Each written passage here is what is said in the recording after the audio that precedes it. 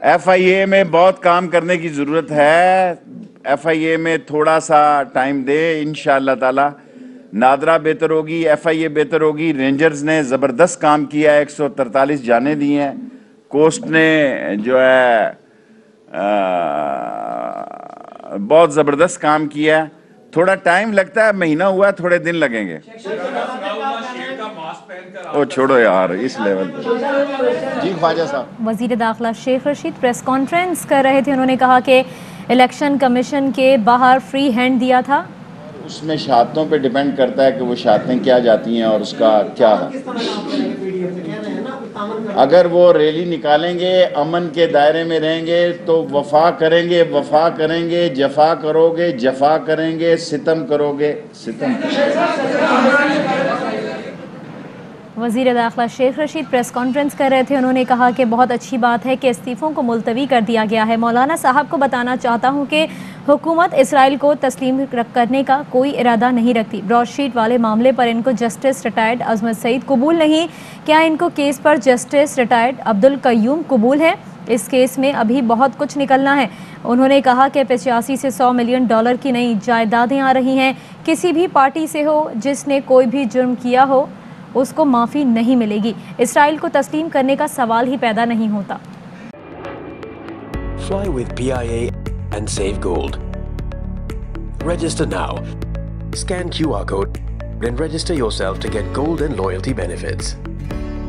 Powered by ARY Sahulat Wallet.